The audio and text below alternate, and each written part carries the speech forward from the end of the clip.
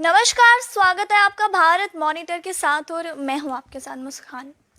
हमेशा से ही ये बात हर किसी के जहन में रहती है। यहाँ बात करूं मैं हमारे लैंग्वेजेस की, उर्दू, डोगरी, पहाड़ी लैंग्वेज या फिर गुजरी भाषा ही क्यों ना हो, आजकल ये भाषाएं मिटती नज़र आ रही हैं। और इसी बात पर आज हमारे साथ अपने विचार बांटने के लिए मौजूद हैं श्री मोहम्मद रियाज अहमद जी, जो कि एचओडी ऑफ उर्दू डिपार्टमेंट है। चलिए इनसे बात करते हैं और जानने की कोशिश करते हैं इनकी राय। सर, सबसे पहले तो नमस्कार।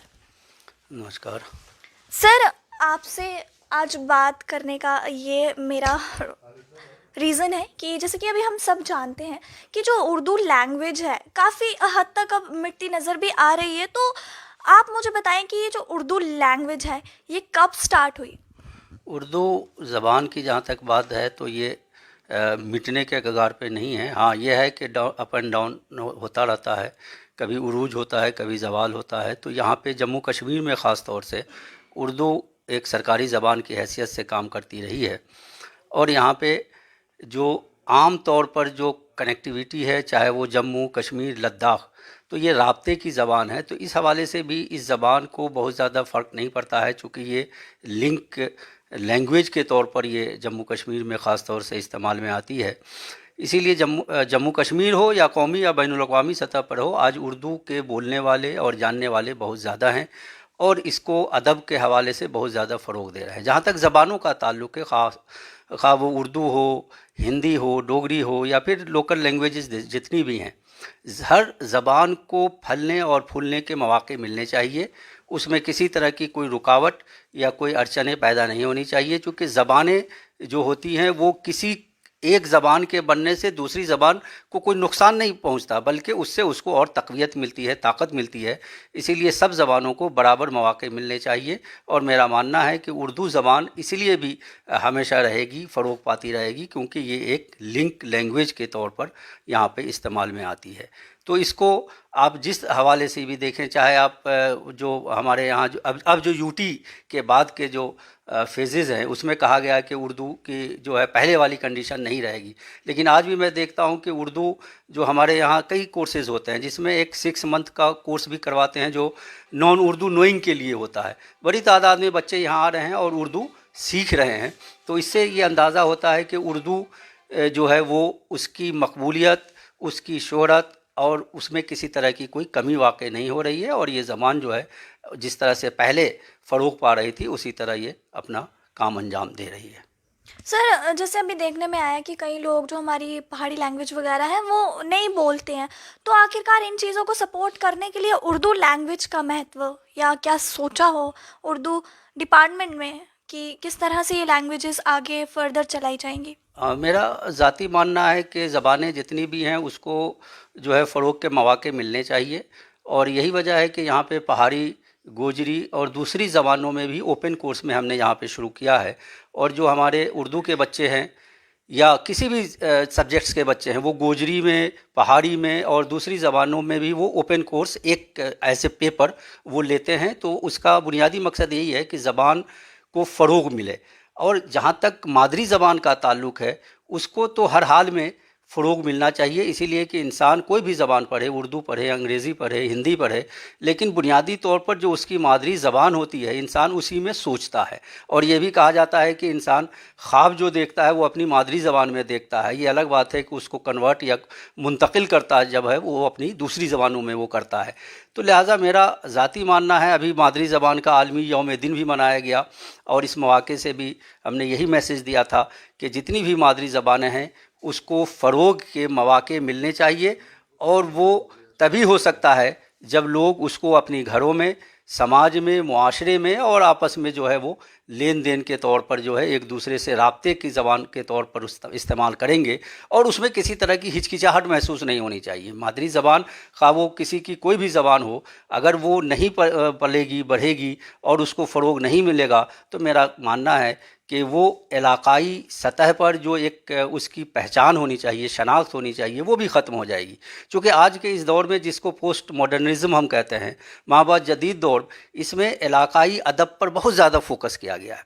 और इलाक़ाई अदब का मतलब यही है कि इलाक़ाई ज़बानें, खा वहाँ पे डोगरी बोली जा रही हो या फिर पहाड़ी बोली जा रही हो, गोजरी बोली जा रही हो, ये तमाम कश्मीरी हो, ये तमाम ज़बानों को बराबर के मौके मिलने चाहिए और उसको ज़्यादा से ज़्यादा इस्तेमाल में लाना चाहिए। हमें घरों में भी, समाज में भी, मुआशरे में भी जितने मौके मिले उसे बोलना चाहिए, क्योंकि ज़बान तभी ज़िंदा रहेगी जब हम उसको इस्तेमाल में लाएंगे। और यही वजह है कि उर्दू ज़बान हो या दूसरी ज़बानें हो, संस्कृत ज़बानें देखिए आज आम बोल चाल की ज़बान नहीं रही, जिसकी वजह से एक ख़ास इशराफिया तबके की ज़बान बनकर रह गई है। तो मेरा ज़ाती मानना है कि ज़बानों को इस्तेमाल में लाने से, बोल चाल की ज़बान बनाने से ही वो ज़बान जो है वो फ़रोग़ पाएगी। तो लिहाजा मादरी ज़बानों को ज़्यादा से ज़्यादा इस्तेमाल में लाने की ज़रूरत है, तभी वो ज़बान फ़रोग़ पाएगी और उसका जो एक जो मकाम है वो बन पाएगा। तभी हम सेंटर के तौर पर, मरकज़ के तौर पर अपनी कोई बात जो है मनवाने में हम कामयाब हो पाएंगे। ये मेरा ज़ाती मानना है।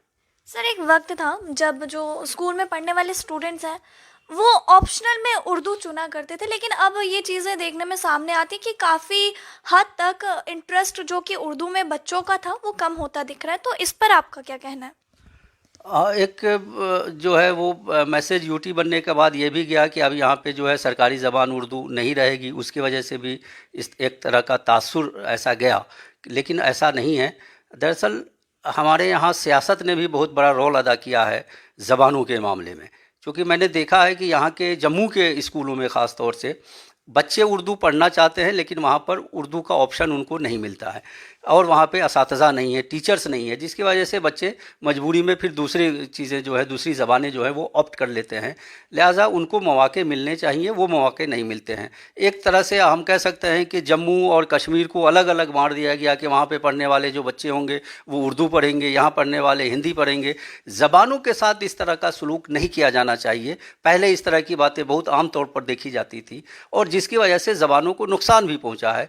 तो वो वजह, एक बड़ी वजह ये भी है कि बच्चे जहाँ लेना चाहते हैं, ये पूरा जम्मू का बेल्ट आप यहाँ से लेकर के आप चले जाइए उधमपुर से या फिर इधर आप कठुआ, तो यहाँ पे एक आम मानना है, आम धारणा है लोगों की बन गई है कि यहाँ पे हम जो है वो हिंदी पढ़ेंगे और पढ़ाएंगे, जबकि वहाँ पे भी बड़ी तादाद में हमारे यहाँ शोबे में 60 तकरीबन 30% बच्चे जो है वो उर्दू में जो आ रहे हैं वो मुसलमान बच्चे नहीं हैं, वो हिंदू बच्चे हैं, वो रिसर्च में आ रहे हैं बड़ी तो ये बच्चे कहाँ से आ रहे हैं? ये बच्चे वहीं से आ रहे हैं जहाँ पे आम तौर पर हमारा ये मानना है कि ये हिंदी बेल्ट है। ये हिंदी बेल्ट और उर्दू बेल्ट एक तरह से ये सियासी जो है वो तफरका खड़ा किया गया। इसकी वजह से जो है आज स्कूलों में इस तरह की चीज़ें देखी जाने लगी हैं कि बच्चे ऑप्ट नहीं कर पा रहे हैं। तो ये मौके हमें देने पड़ेंगे, स्कूल में ज़्यादा से ज़्यादा असातिज़ा उर्दू के और दूसरी ज़बानों के भी देने होंगे, तभी ये कोई भी ज़बानें हों तभी वो फ़रोग़ पाएगी, मेरा ये मानना है।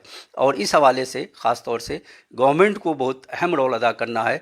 लेकिन एक और चीज़ है कि सिर्फ गवर्नमेंट पे आप पूरा इन्हिसार नहीं कर सकते, लोगों को भी, सिविल सोसाइटी में रहने वाले जितने भी लोग हैं, पेरेंट्स हैं, बच्चे हैं, उन सबको ये अपना योगदान अदा करना पड़ेगा, अपनी कारकर्दगी जो है वो अंजाम देनी पड़ेगी, तभी जो है ज़बान जो है वो ज़िंदा रह पाएगी। चाहे वो उर्दू हो या दूसरी ज़बानें हों, वो ज़बान का मामला यह है कि जब तक हम उसको पढ़ेंगे, बोलेंगे, तब तक वो ज़बान रहेगी और वो ज़बान कभी भी मर नहीं सकती है। तो उर्दू में ज़्यादा से ज़्यादा मौके फ़राहम करने की ज़रूरत है स्कूलों में, जिससे बच्चे वो ज़बान ऑप्ट कर सकें। Sir apart from the HOD of Urdu department, आप उर्दू लैंग्वेज को कैसे आगे बताते हैं, आगे कैसे इंट्रोड्यूस करते हैं एक HOD ऑफ उर्दू डिपार्टमेंट होने के अलावा? हाँ, उर्दू का मामला यह है कि ये उर्दू सिर्फ़ एक ज़बान नहीं है, बल्कि ये एक तहज़ीब है, इसमें पूरा कल्चर मिलता है। यही वजह है कि उर्दू को हम सिर्फ क्लास वर्क तक महदूद नहीं रखते। यहाँ पे सिर्फ ये नहीं कि MA पढ़ाया जाएगा, रिसर्च कराया जाएगा और बात ख़त्म हो जाएगी, बल्कि इसको सिविल सोसाइटी से, इसको समाज से, मुआशरे से जोड़ कर हम देखते हैं। और यही वजह है कि आप देखेंगे कि शोबा उर्दू जो है जम्मू यूनिवर्सिटी ज़्यादा से ज़्यादा कल्चरल प्रोग्राम करवाती है। यहाँ पे अदबी और तहज़ीबी प्रोग्राम बहुत ज़्यादा होते हैं, जिससे हम सिविल सोसाइटी को, अपने समाज को, अपने शहर में रहने वाले तमाम लोगों को जोड़ सकें।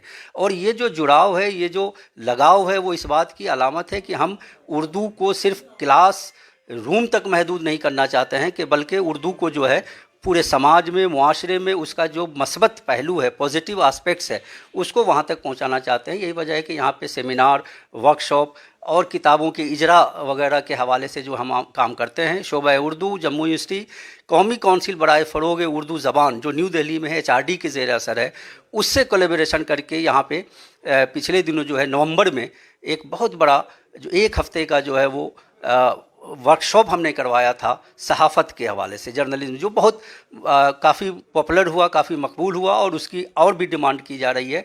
तो ऐसा नहीं है, हम हर फील्ड में, हर शोबे में उर्दू जो है वो अपना काम जो है अंजाम दे रही है। और मेरी आगे भी कोशिश रहेगी कि सहाफ़त हो या फिर ट्रांसलेशन हो या फिर दूसरे कंप्यूटर हो, इसको कैसे हम को रिलेट करेंगे उर्दू के साथ, और उर्दू जो है वो हमारे आम लोगों के साथ किस तरह से जुड़ पाएगी। और यही वो तमाम कोशिशें हैं, यही वो वजूहात हैं जिसकी वजह से हम यहाँ पे एक के बाद एक प्रोग्राम ऑर्गेनाइज़ करते हैं, खा वो किताब का इजरा हो या सेमिनार हो, वर्कशॉप हो और तरह तरह के सिम्पोजियम जो हम यहाँ ऑर्गेनाइज़ करते हैं, वो दरअसल उसकी एक कड़ी है। और ये ज़बान को फ़रोग़ देने के लिए एक अहम जो है टूल्स माना जाता है। तो ये हमारी कोशिश रही है कि ज़बान को, किसी भी ज़बान को सिर्फ़ आप अपने तक महदूद नहीं रखें, बल्कि उसको समाज और माशरे तक फैलाएं और उसका फ़ायदा जो है वो तमाम लोगों को रहना चाहिए। और यही जब आगे बढ़कर जाएगी तो हम मरकज़ी सतह पर भी इसको मनवा सकते हैं कि किस तरह से उर्दू ज़बान जो है न सिर्फ़ ज़बान के एतबार से बल्कि जंग आज़ादी में जो इसका रोल रहा है, वो तमाम चीज़ें जो हैं हम बता पाते हैं। यही वजह है कि ज़बान को हम महदूद करके नहीं देख सकते, ज़बान को हम किसी कौम से वाबस्ता नहीं कर सकते, बल्कि इसको बिल्कुल ओपन तौर पर देखना चाहिए। ज़बान ज़बान है और इसको बोलने और पढ़ने वाले जो हैं वो किसी भी तबके से ताल्लुक़ रख सकते हैं। लिहाजा ज़बान पे जो एक तरह का इल्ज़ाम लगाया गया है, उससे जो है हमें निकलने की ज़रूरत है।